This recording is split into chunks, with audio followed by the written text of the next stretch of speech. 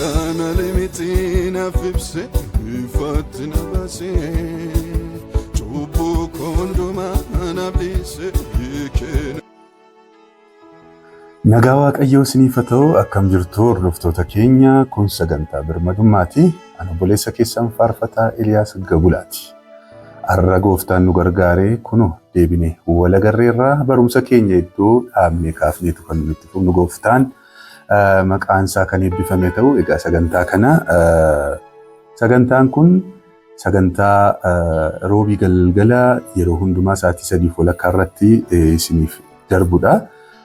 Waraabamee immoo achuma YouTube irra kan inni isiniif taa'u YouTube chaanaliidhaan kan inni isiniif darbu Eliyaas Gabulaa Official Channel kan jedhuunidha kan inni isiniif darbu. Egaa kanaan dura warri jalqabaa kaaftanii hordofaa turtan waan hunda isaanii beektu. Warri har'a akka tasaa viidiyoo kana ilaalaa jirtan baga nagaadhaan dhuftan. Isin jechuun barbaada duduuba deebitanii episoodii tokkoffaarraa kaaftanii barumsa walitti fufinsaan barsiifamaa jiru kana yoo hirmaattan baay'ee isin fayyada jedhee yaada. Waaqayyo Gooftaan guddisee isin eebbisu.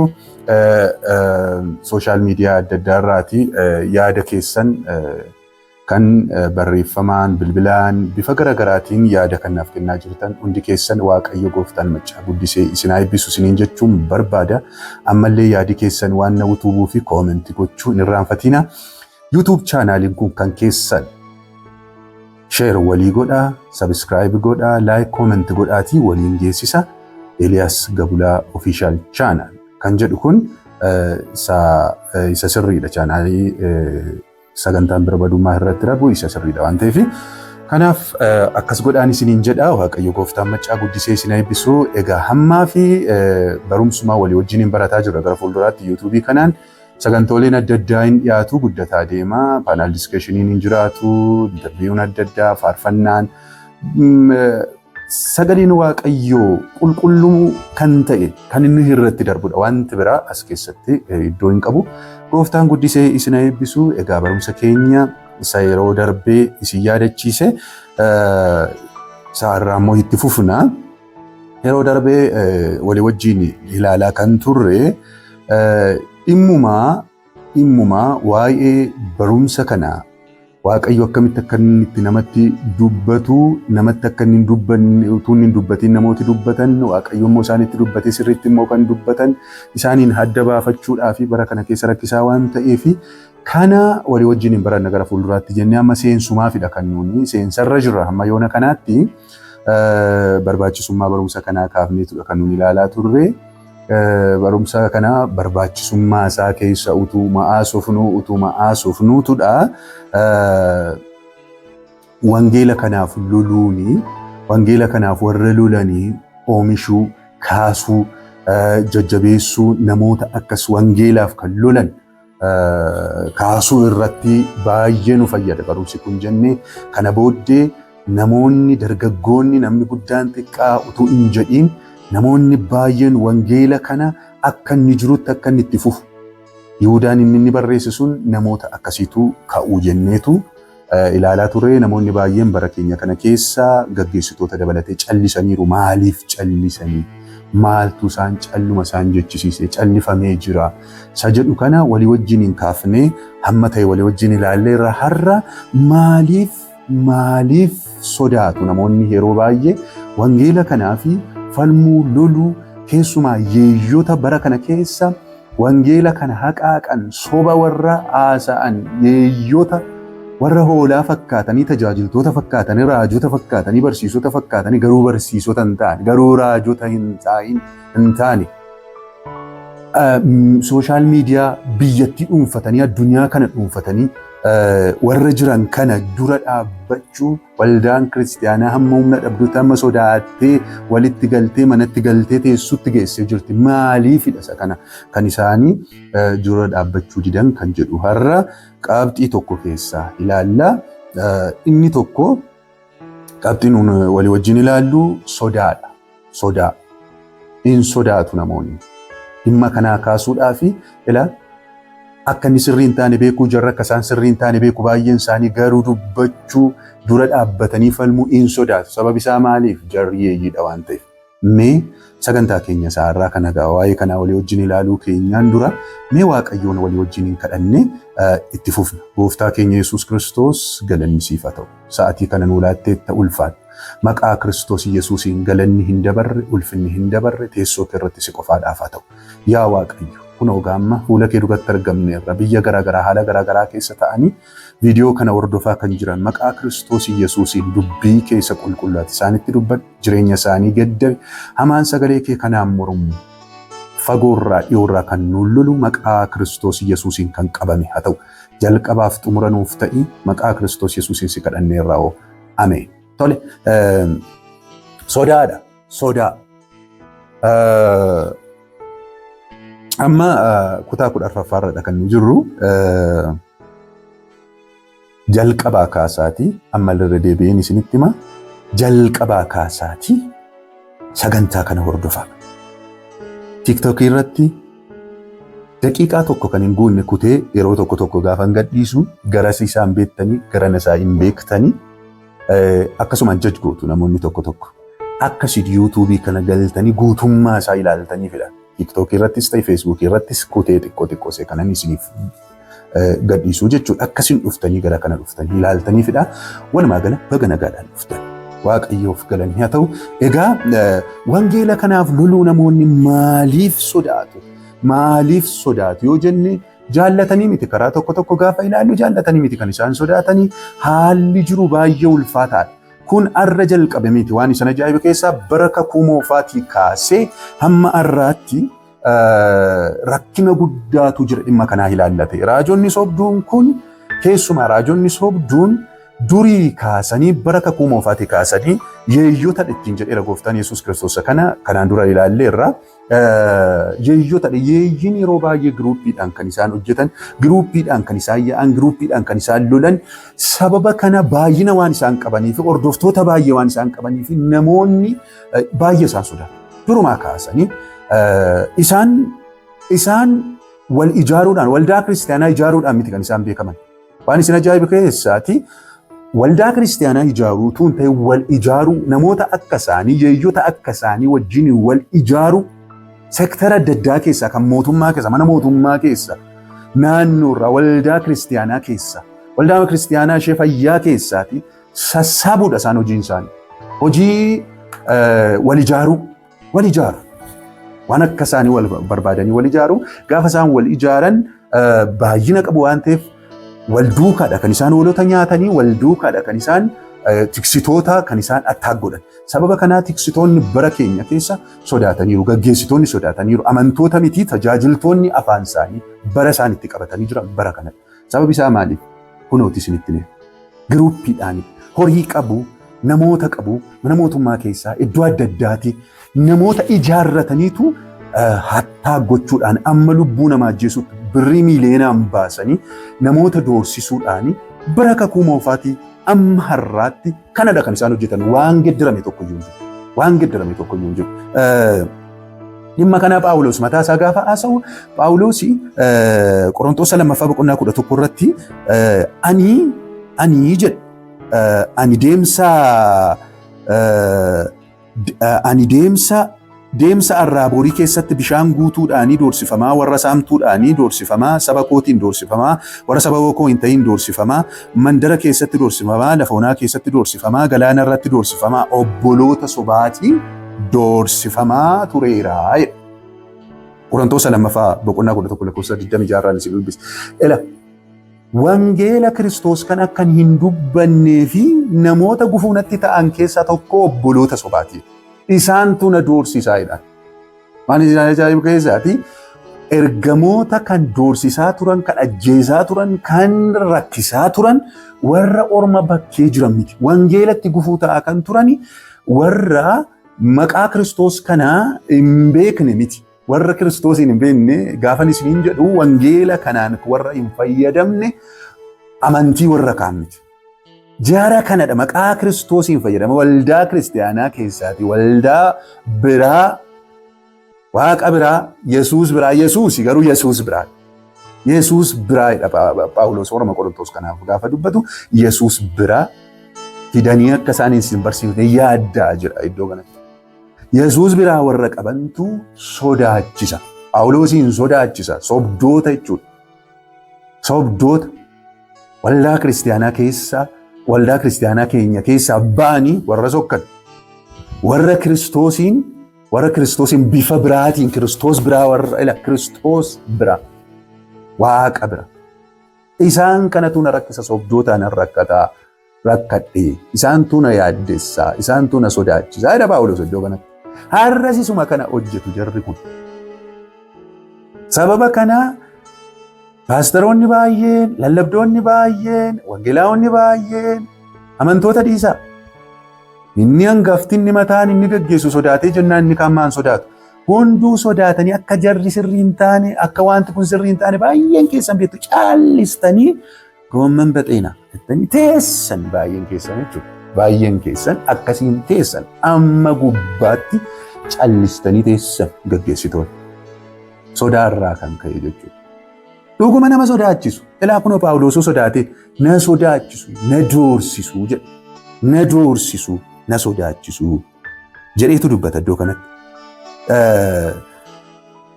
Hojiin isaanii isa kana dhaga. Hojiin isaanii isa kana sodaachisuu, doorsisuu, daboo isinitti baasuu, lubbuu keetiif bara ofiin barbaaddu ati. Namootumti koomentii gaafa barreessitanii akka jettu jiraachuun barbaaddu ati. Sirriidha. Bartaniittu jechuudha baay'een keessan. Jarri akka isaanii doorsisan, akka isaan qulqulloota doorsisan, akka isaan tajaajiltoota baay'ee doorsisan keessumaa namoota waa'ee isaanii, hammeenya isaanii haasa'uu, akkamitti akka isaan irratti duulan, akkamitti akka isaan irratti ijaaran beektu waan ta'eefidha kan isin akkasitti barreessitan. Waaqayyo isin haa eebbisu yaada keessaniif garuu dhiisuu hin dandeenye. Isaanutti kenname kana dhiisuu hin dandeenye. Dhiisuu hin danda'an. Dhiisuu hin danda'u. Wangeela Kiristoos kana isa dhugaasaa namatti himuu dhiisuu waan hin dandeenyee fi inni kun gorsa keessaniif galatoomaan isiniin jedha. Garuu wantichi dhiifamuu hin danda'amu. Yoo manu sodaachisan iyyuu, yoo dhumaa jarri sobdoonni kun baay'ina yoo qabaatan iyyuu, horii yoo qabaatan iyyuu, wanta nu beekuu qabnu tokkotu jira. Asii ol na gorsitan jedhina gaggeessitoonni waldaa kiristaanaa har'a jajjabina sagalee Waaqayyoo keessaati isinumti lallabaa turtan barsiisaa turtanitti wal yaadachiifnu isinii dubbisa isuman isiniif haasa'a isuma isin namoota baay'eedhaaf dubbattan jechuudha.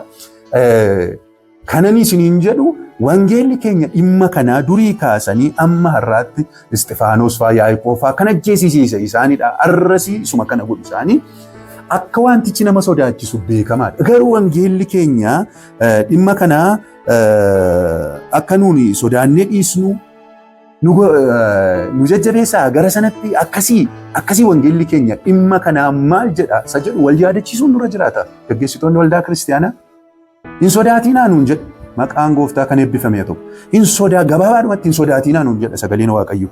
Yohaannis dhimma kanaa gaafa barreessu caqasa kanaan dura isinii dubbiseera. Yohaannis duraa boqonnaa 4 irratti lakkoofsa 4 amma 6tti yoon isinii dubbise isiniin dubbisa. Ijoollee koo isin kan Waaqayyooti raajota sobduu sana mo'attaniitu.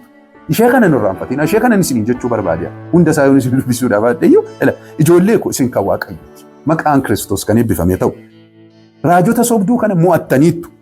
Hafuura isa biyya lafaa keessa jiru sana irra isa sin keessa jiru caala ho'i. Maqaan gooftaa kana eebbifame ta'u. Isaan kan biyya lafaati. Kanaaf isaan kan biyya lafaa hin dubbatu. Biyyi lafaa isaan dhaggeeffata. Nuyi kan Waaqayyooti. Lamas irra deebi'e. Kan Waaqayyooti nuyi. Namni Waaqayyoon beeku nu dhaggeeffata. Inni kan Waaqayyoo hin ta'in immoo nu dhaggeeffatu.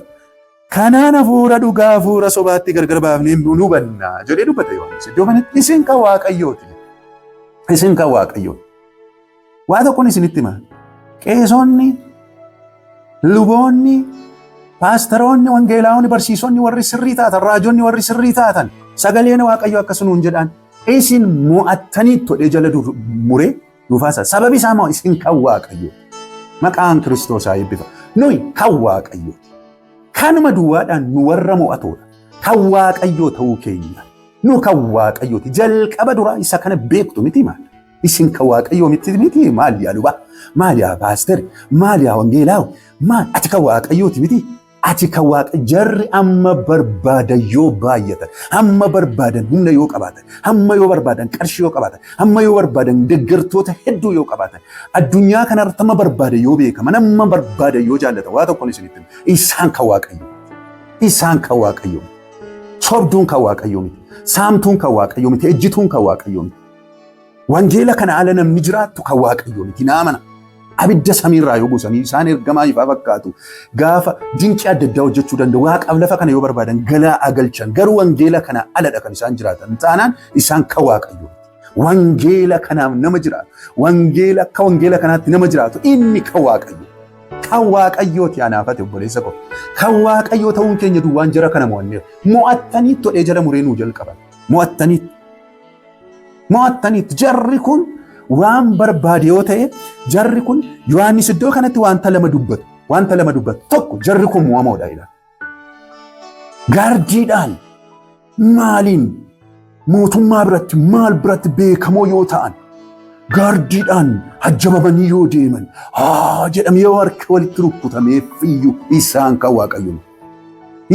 Waaqayyoo sittani siisuma miskiina kan siisuma akka sagalee Waaqayyootti jiraate akka sagalee Waaqayyootti tajaajilu kan saayinsoomne waliin hin dhoofu sii mucaan Waaqayyoo ati namichuma beekamaa kan namichuma sobduu beekamaa biyya irratti beekamu kan ati isa caalta kana beekuutu sinirra jira. Yohaannis isa kana kan inni dubbatu isin mo'attaniittu mo'achuumti kun maal jechuudha? Mo'achuudhumti kun mo'attaniittu gaafa jedhu maal jechuusaa?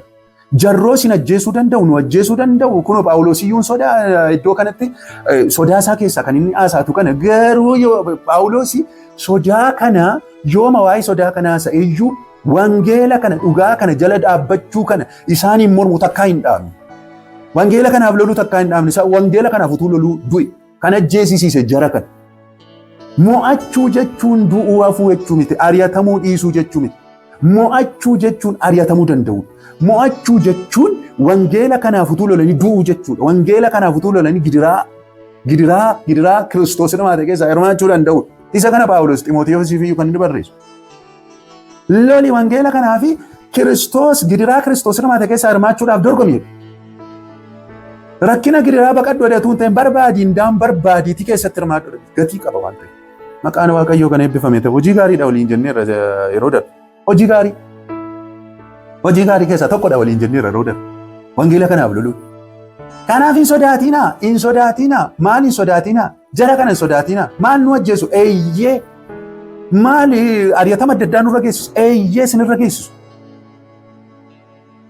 Rakkinni garaagaraa sababa jara kanaa nu qunnamuu danda'a. Eeyyee isin qunnama. Jara kana jala dhaabbachuu danda'uudha mo'icha. Hin sodaatinaa. Yesuus Kiristoos nu wajjin hin jira. Maqaan Kiristoos kan eebbifame ta'u. Jarri kun mo'amtuu. Isinittan hima caqasa kanatu jabeessee na dhaabana.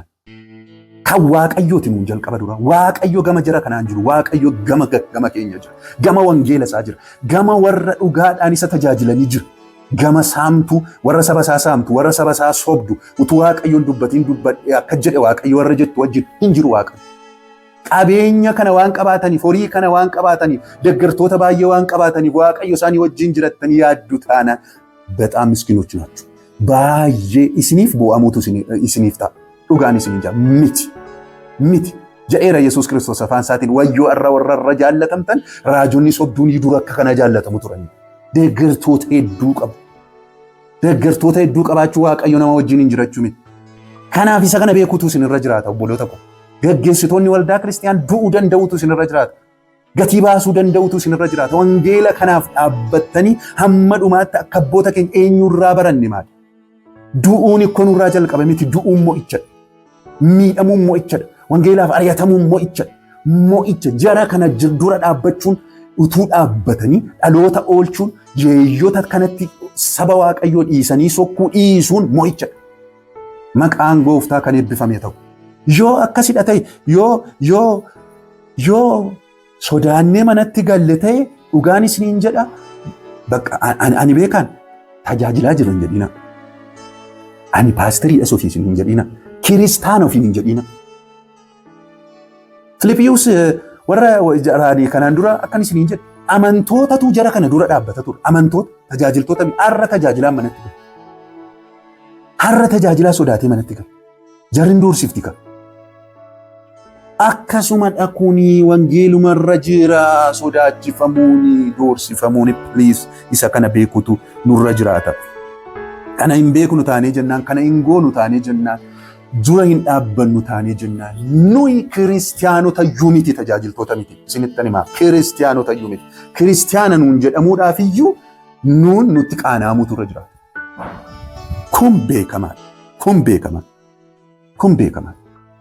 Jarri kun amantoota bifa adda addaa sodaachisuudhaan, amantoota illee sodaachisuudhaan kan isaan bulchan. Sodaachisuudhaan. Sodaachisuudhaan. Caqasa tokko fayyadamu yeroo hundumaa Zakkaariyaas boqonnaa 2:8 irra jiru. Isa fayyadamu. Namni jakootti bu'ee, namni anatti bu'ee agartuu jakootti bu'ee jedhanii sodaachisu.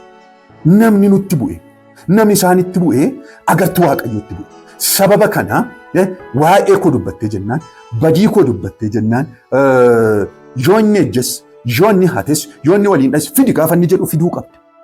Kenni gaafa inni jedhu kennuu qabda. Ta'e gaafa inni jedhu taa'uu qabda. Isaa lau agartuu ija Waaqayyootti buute waa ta'eef hin duutu. Waraabessa lagaa bahee si nyaata. Akka hin dhaamta, hin rukkutamta, mana kee hin rukkutama. Jireenya kee dhugaa hin duuta iyyuu. Isaa booddeen tan qaxaqqaxa namni keenya wangeelan beeku waan ta'eef. Caqasa kana fayyadamu. Mee dhugaa jedhe. Sitti namni bu'ee, namni isinitti bu'e, namni isinitti bu'e agartuu Waaqayyootti bu'e. Waaqayyoo namuma dhabeedhuma sobduu agartuu jasaa godhate. Waaqayyoo namuma dhabeetu saamtuu akka keetii kan, durii akka keetii kan, hejjituu akka keetii kan, hattuu akka keetii kan, sobduu akka keetii kan, namuma dhabeeti kaa Waaqayyoo kan inni agartuu jasaa godhate. Mee dhugaa jedhe. Aaraa saba Waaqayyoo era dammaqa. Era dammaqa. Sobduun takka agartuu ija Waaqayyoo taateen beektu. Saba Israa'eliin iddoo kanatti kan inni akka jedhu. Waan isin ajaa'iba keessa agartuu kootee warra jedhu kana qaxaqqatee ishee tumee Waaqayyoon dhaga'uu diddee isa dhaga'uu diddee jennaan Baabiloonitti galchee waggaas 70 garbummaa keessatti ishee tumee erga isheen bullooftee gara isaatti deebitee booddee agartuu ija kootii ta'e.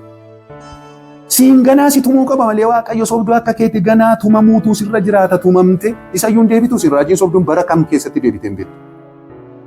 Deebiteen beektu. Barsiisaan jedhu irraa baqadhaa dhiisaa. Irraa of eeggadhaadha malee gooftaan Yesuus isiniin barsiisaan jedhu. Isin barumsaan isin deebitanii isin kan keessan namni keessan si oolumadha. Waa tokko waan wangeelli jedhu niman jedha. Sobduudhaan jedha. Waan wangeelli sobduudhaan sobduuma hin namni. Waan wangeelli jedhu inuma jenni. Inuman jedhaan karaa kun. Sobduuman jedhu. Warra didan qaxaqqatee tumee ergasii booddee agartuu jasaa kan inni godhate. Ati ganaa tumamuutu sirra jiraata. Yoomiyyuu agartuu Waaqayyoon taatu raajonni sobduu. Biyya Baabiloon keessatti dhaqanii sobuma isaaniitti fufan. Achitti du'an. Agartuu ija Waaqayyoon ta'an isaan saba sanatu agartuu ija Waaqayyoo ta'e. Zakkaariyaas boqonnaa 2:8 irraatti isin fayyadamtan. Sobduun yoomiyyuu hattuun yoomiyyuu ejjituun yoomiyyuu takka agartuu ija Waaqayyoon taatu. Kanaaf sabii Waaqayyoo dammaquutu isinirra jiraata. Jarri agartuu ija Waaqayyoo maaluma Waaqayyoo iyyuu miti isaan agartuu mitiiti isaan maaluma Waaqayyoo iyyuu miti isaan kan seexanaati isaan kan seexanaati sobdootadha isaan sobdootadha sobduun kan seexanaati. Namni natti bu'ee inni du'a akkas ta'a mee dhugaa simiti abbaa keessa waannaa sanatti iyyuu buunaan seexana daabiloosi abbaan keessan daabiloositti iyyuu buuna ifanneen naan biyyaa baqatee ba'a. Isiniin mitiiti. Isin ergamtoota isaa, koshkoshee isaa, kolkollee isaa, isin ergamoota seexanaa, kolkollee kana mitiiti, isin mitiiti, abbaa keessan sawaanna daabiloosin iyyuu ifanneen naan deemu. Itti buuna sattiyyuu, itti buunaa mitiin in ariina malee. Ittiin mormaa isin dhiisee baqata. Maqaan Waaqayyoo kan eebbifamu yaa ta'u.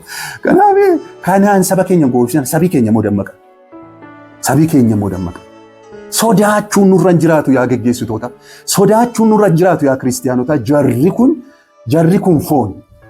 Ergamtoota seexanaati nan beeka foon. Yoo nu ajjeesan foon keessan ajjeesu. Lubbuu keessanitti garuu bu'uu hin danda'an. Kana beekuutu isinirra jiraata. Hin sodaatina. Hin sodaatina. Inni kan Waaqayyooti jalqaba dura. Kan Waaqayyoo ta'uun keenya jara mo'anneera. Kanaaf takka anaaf baay'inni isaanii amma baay'ina mixiinatti hin fakkaatu. Sababi isaa wangeelli dinaa galeera waan ta'eef. Maqaan Waaqayyoo haa eebbifamu. Jaraan deebi'aan jedhan sabaan garuu deebi'aa biraatiin isiniin jedhu. Jarri hin deebi'an. Warra na gorsuu barbaadan tokko immoo karaa sooshaal miidiyaa maaliif akkasitti haasoftaamna addabaabaayii irratti hataa jiru isaaniin jetteetta. Dhattee isaaniin jetteetta ani dhugaa gaafa ni dubbadhu karaa keessaa isaaniitti haasoftu naan jetta isaaniin maadhii isin jettu. Hoduudha kun. Isa hoduudha Pheexroos. Hoduu odeessuudha. Oduudha kun. Gorsa keessan achumatti. Wangeela Kiristoos addabaabaayii irratti balleessa, addabaabaayii irratti itti himnaa, dhoksaadhaan balleessa, dhoksaadhaan itti himna. Addabaabaayii irratti itti himnaa. Addabaabaayii irratti taa'eeru waan ta'eef warra hatanii dhaqaatiin isaan isiniyyuu hattuu akka isaanii waan taataniif isaan deeggartuu yuuti malee. Waaqayyo gooftaan araara isiniif haa godhu.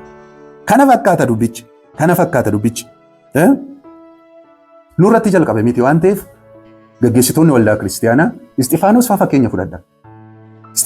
fakkeenya fudhadhaa. Daaqonii waldaa kiristiyaanaati Isxifaanos.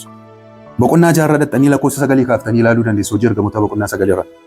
Boqonnaa 6 lakkoofsa 9 irraa kaaftanii. Itti dacha'anii hafuura isa keessa jiru mormuu dadhaban jiru. Hafuura isa keessa jirutu hafuurri isin keessa jiru kan biyya lafaa kana caalaa jedhe. Inni lammataa immoo inni gara biraan inni Yohaannis dubbachuu barbaada. Hafuurri nu keessa jiru jara kana millions yoo baay'atan anqobaa ko hafuurri na keessa jiru hafuurri Waaqayyoo kun kan isaanii irra galarraa jira waan ta'eef maqaan Waaqayyoo eebbifamu takkaadhuma hamma koo ga'uu hin danda'an baay'atan hamma kee ga'uu hin danda'an. Waan si caalan sitti hin fakkaatiin amma yura deebiin isinitti hima hordoftoota baay'ee qabaachuun isaanii horii baay'ee qabaachuun isaanii sooshaal miidiyaa irratti beekamtii guddaa qabaachuu isaanii irraan kan ka'e si caalan sitti hin fakkaatiin.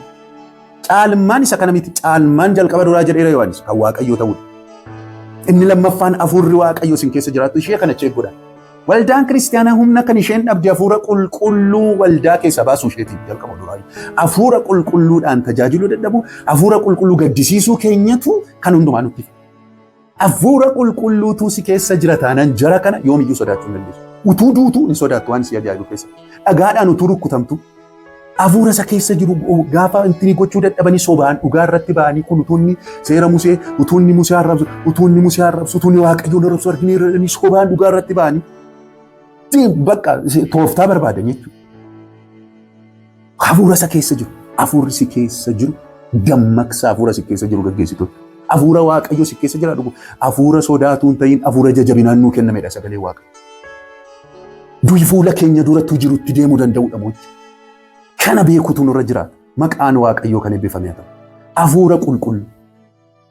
Hafuura qulqulluudhaan qooda dhugaatiidhaan machooftan hafuura qulqulluudhaan guutamaatii machaadha warra Efesooniif gaafa barreessu Phaawulos.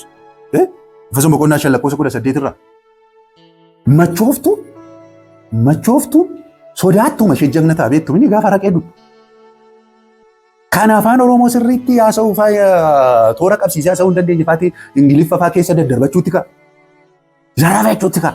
Hafuurri qulqulluun ija jabina namaa kenna. Hafuurri qulqulluun humnadha. Hafuurri qulqulluun jara kana dura akka nu dhaabannu nu godha. Hafuura qulqulluu. Hafuurri nu keessa jiru dhuguma hafuura Waaqayyooti nan shakka. Kanaaf sodaanna bara hafuura qulqulluu nu keessa jiru. Hafuura qulqulluu rivaayivaalii isaa sirriitti deebi'eetu nurra jiraata. Hafuura qulqulluu. Hafuurri nu keessa jiru jara kana caala waan ta'eef.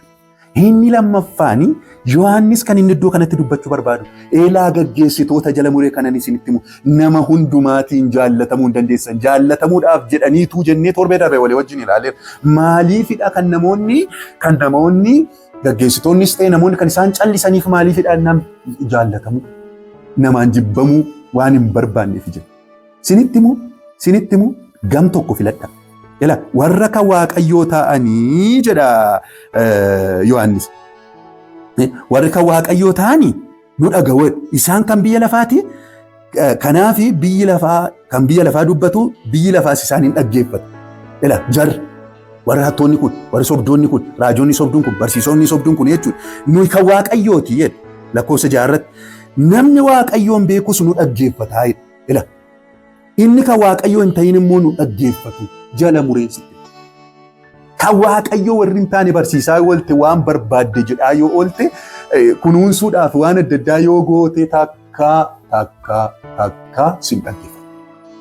Ani jalqaba dhuma duraa kanan beeku. Maaliif saayidii qabattaa gam tokko ramaaf haasoftaa eeyyee ani gama Waaqayyoo ni beeka saayidiin qabadha. Ani siin jaallatamuuf jedhe dargaggoota si'anaa keessumaati hunda keessa miti dargaggoota si'anaa. Dhaloota addaggee si'anaa kana akkasiin na jaallattaniif jedhe hunda keessaniif gaafan akkasiin isiniin jedhu hunda keessaniif. Harki caalaan keessan jara kana wajjin kan isin jirtan. Addaggee isiniin of jaallachiisuu fedheem ani kanaaf gooftaa Yesuus Kiristoos hin hordofe ani kan Waaqayyooti. An gama dhugaan dhaabbadha. an dhugaa wangeelaan sitti hin dhageessu nan dhageessan sababii isin nan dhageessanii nan dhageenye maaliif jetta ani hin eeggadhu hundumaan jaallatamuun hin jiru Yesuus hundumaan hin jaallatamne ergamoonni hundumaan hin jaallatamne utuu ari'amanii ol qaaf dhagaa keessattuu jooranii barreessaanii biroota du'anii lafa kanarraa du'an ani akka isaanii ta'uun barbaada malee si gammachiisuu barbaada si gammachiisuudhaaf takka gaggeessitoonni hin gowwoominaa iddoo kanatti kan Waaqayyo warra ta'an duwwaatu isin dhagaa kana filadhaan isiniin jedha nama hundumaan jaallatamuu hin dandeessanii yoo gama Waaqayyoo gortanii hin jibbamtuu ilaa kunu nama hundumtuu isin dhaga'u isaan kan biyya lafaati warri kan biyya lafaa jara jaallatu hin gowwoominaa kanaafi kutadhaati kottaa hin lolla wangeela kanaafi kottaa hin kaana walii wajjiniini kottaa gama koo hiriiraa kottaa gama wangeelaa hiriiraa isiniin jedhala ani hiriirtes dhiiftes waaqan kan Waaqayyooti Waaqayyo na wajjin jira ittuman fufa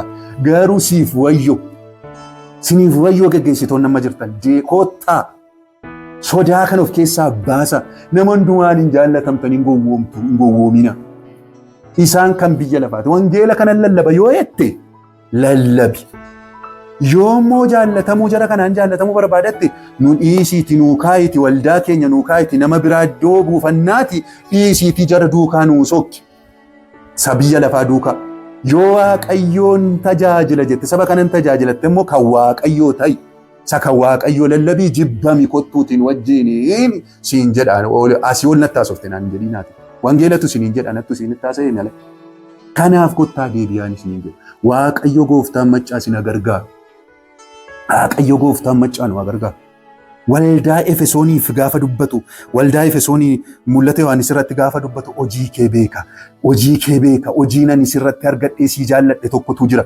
warra sobdootaan sobdoota jette jedhaan mul'ata Yohaannis boqonnaa 2:2-3-6-7 dhaxxanii yoo dubbifattanii waldaa kana gaafa jaju maal jedhaa waldaa Efesooniin Ximootiyoos achi tureetu isaan barsiisaa ture barumsa isaarraa kan ka'e sobdoota kana lafarraati kan isaan ari'an takkaa ofitti hin butan warra ergamoota ofiin jettu ergamaa miti ati jettanii raajota warra ofiin jettu isin raajota miti jettanii ariitanii jedhu. Kanaaf gaafan dhufu ija mukaa'ila namni gurra qabu isa afurri qulqulluu waldoota kiristaanaatiin jedhu haa dhaga'u isa mo'ee fiidha mooteetta waan ta'eef moota waan ta'eefidha mo'attaniittu jara kana waan ta'eefidha ija isaa nyaatanii jiraatan. Isa jannata Waaqayyoo keessa jirutti nyaachuun nan kennaafedha.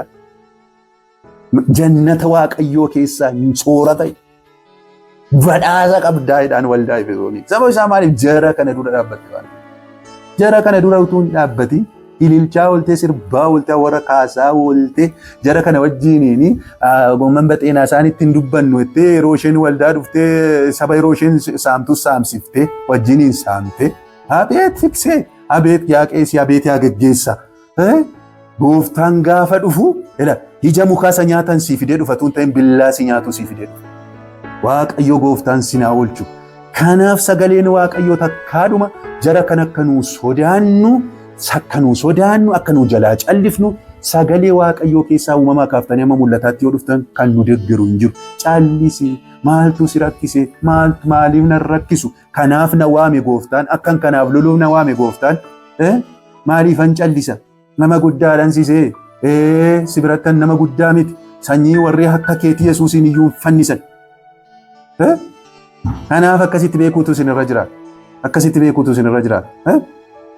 ana agartuu ija Waaqayyooti maal warra jedhu abeet agartuu ija Waaqayyoo agartuu ija Waaqayyoo taatee duuteetta utuma ta'ee iyyuu immoo jedheeman utuma ta'ee iyyuu utuma nama Waaqayyooti ta'e agartuuma ija Waaqayyootu taataniyyuu an dhugaan isiniin jedha namni isinitti bu'ee hin du'a taanaan isin xonqaa'idha baay'ee isin xonqaa'idha namni anatti bu'ee hin du'a taanaan xonqaa'idhaati ati ergamaa seexanaati simiti raajoti iyyuu du'aa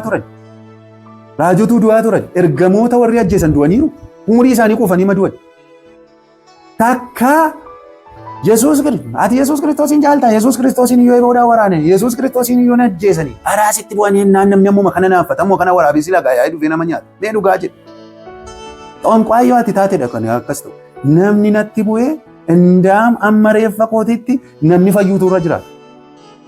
Namni natti bu'ee du'uu miti. Yesuus Kiristoos warri waraanaan umurii isaanii kuufanii du'anii gaafa Yesuusitti bu'anii achumatti feentii ta'anii dhara. Oduu akkasii kana dhaaba. Dhaaba. Hin ari'atamna, hin reebamna, hin duuna wangeela kanaaf. Kana beekuutu nurra jiraata obboloota koo. Hin gowwoomina. Gara wangeela kanaatti deebi'aa please. Gara wangeela kanaatti deebi'aa gooftaan maccasina gargaara. Waaqayyo maqaan isaa kan eebbifame haa ta'u.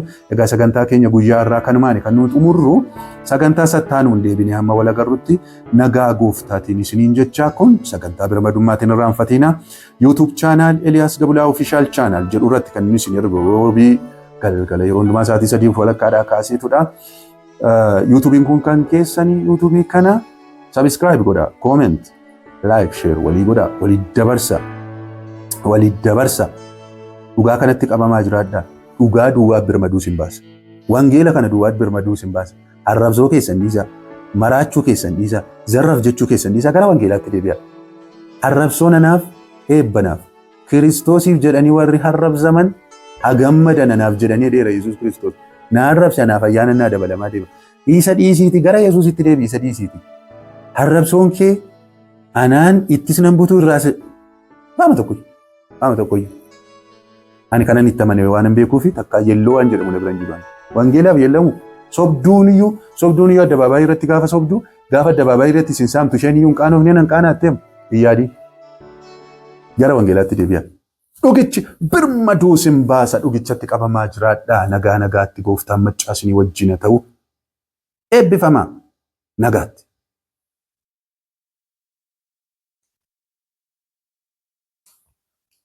Kana limitina fibse ifatina base